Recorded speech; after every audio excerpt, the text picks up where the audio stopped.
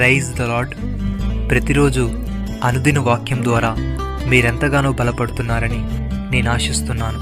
అలాగే మీరు కనుక మన యూట్యూబ్ ఛానల్ని క్రొత్తగా వీక్షిస్తున్నట్లయితే మన యూట్యూబ్ ఛానల్ని సబ్స్క్రైబ్ చేయండి, ఇతరులకు షేర్ చేయండి.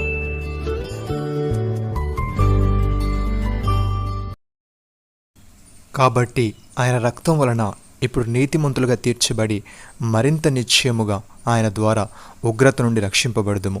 రోమిలకు రాసిన పత్రిక 5వ అధ్యాయము 9వ వచనము. భక్తుడి విధంగా అంటున్నాడు, కాబట్టి విశ్వాసం మూలమున మనము నీతిమంతులుగా తీర్చబడి మన ప్రభు అయిన యేసుక్రీస్తు ద్వారా దేవునితో సమాధానము కలిగి ఉందము. మరియు ఆయన ద్వారా మనం విశ్వాసం వలన ఈ కృపయందు ప్రవేశము గలవారమై అందులో నిలిచియుండి దేవుని మహిమను గూర్చిన నిరీక్షణను బట్టి అతిశయపడుచున్నాము. అంతేకాదు శ్రమ ఓర్పును, ఓర్పు పరీక్ష నిరీక్షణను కలుగుజేయని నెరిగి శ్రమల యందును అతిశయపడదుము. ఎందుకనగా ఈ నిరీక్షణ మనల్ని సిగ్గుపరచదు. మనకు అనుగ్రహింపబడిన పరిశుద్ధాత్మ ద్వారా దేవుని ప్రేమ మన హృదయములలో కుమ్మరింపబడి ఉన్నది. ప్రియమైన సహోదరి సహోదరులారా, ఏ భేదమును లేదు. అందరూ పాపము చేసి దేవుడు అనుగ్రహించి మహిమను పొందలేకపోవచ్చున్నారు. కాబట్టి నమ్మువారు ఆయన కృపచేతనే క్రీస్తు యేసునందలి విమోచనము ద్వారా ఉచితముగా నీతిమంతులని తీర్చబడుచున్నారు. పూర్వము చేయబడిన పాపములను దేవుడు తన ఓర్మి వలన ఉపేక్షించినందున ఆయన తన నీతిని కనబరచువలని క్రీస్తు యేసు రక్తమునందలి విశ్వాసము ద్వారా ఆయనను కరుణాధారముగా బయలుపరిచెను.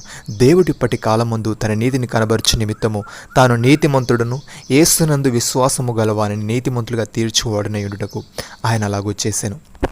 పౌలు భక్తుడి విధంగా అంటున్నాడు, నీతిమంతుడు విశ్వాసమూలముగా జీవించునని వ్రాయబడిన ప్రకారము విశ్వాసమూలముగా అంతకంతకు విశ్వాసము కలుగునట్లు దేవుని నీతి దాని యందు బయలుపరచబడుచున్నది. దుర్నీతి చేత సత్యమును అడ్డగించు మనుషుల యొక్క సమస్త భక్తిహీనత మీదను దుర్నీతి మీదను దేవుని కోపము పరలోకము నుండి బయలుపరచబడుచున్నది. ఎందుకనగా దేవుని గురించి తెలియశక్యమైనదేదో అది వారి మధ్య విషదమై ఉన్నది. దేవుడు అది వారికి విషదపరచెను. ఆయన అదృశ్య లక్షణములు అనగా ఆయన నిత్యశక్తియు దేవత్వమును జగదుత్పత్తి మొదలుకొని సృష్టింపబడిన వస్తువులను ఆలోచించడం వలన తేటపడుచున్నది గనుక వారు నిరతురులై ఉన్నారు. మరియు వారు దేవుని ఎరిగి ఆయనను దేవునిగా మహిమపరచలేదు, కృతజ్ఞతాస్తులు చెల్లింపను లేదు, కానీ తమ వాదనలందు వ్యర్థులైరి.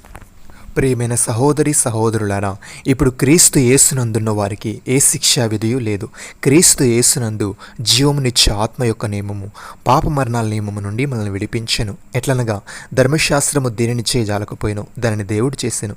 శరీరాన్ని అనుసరింపక ఆత్మను అనుసరించి నడుచుకొని మనయందు ధర్మశాస్త్ర సంబంధమైన నీతి విధి నెరవేర్చబడవలని పాప పరిహార నిమిత్తము దేవుడు తన సొంత కుమారుని పాప శరీరాకారంతో పంపి ఆయన శరీరమందు పాపమునకు శిక్ష విధించెను.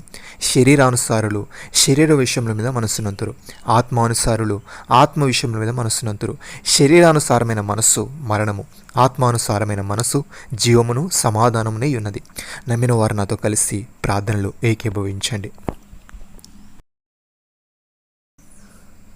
మమ్మల్ని మిక్కిలిగా ప్రేమిస్తున్న మా ప్రియ పరలోకపు తండ్రి, నీ రక్తం వలన ఇప్పుడు మేము నీతిమంతులుగా తీర్చబడి మరింత నిశ్చయముగా నీ ద్వారా ఉగ్రత నుండి రక్షింపబడదుమని, నీ మరణం ద్వారా మేము నీతో సమాధానపరచబడిన ఎడల సమాధానపరచబడిన వారమై నీవు జీవించుట చేత మరి నిశ్చయముగా రక్షింపబడదు అని నీవు సెలవిచ్చావు. తండ్రి నీకు స్తోత్రములు. దేవా, మేము విశ్వాసం మూలమున నీతిమంతులుగా తీర్చబడి నీతో సమాధానము కలిగి ఉంటూ విశ్వాసం వలన నీ కృపయందు ప్రవేశము గలవారమై అందులో నిలిచి ఉండి నీ మహిమను గూర్చిన నిరీక్షణను బట్టి అతిశయపడేవారముగా ఉండుటకు సహాయము దయచేయమని ప్రభు అయిన యేసుక్రీస్తు నామములో ప్రార్థిస్తున్నాము తండ్రి. ఆమేన్.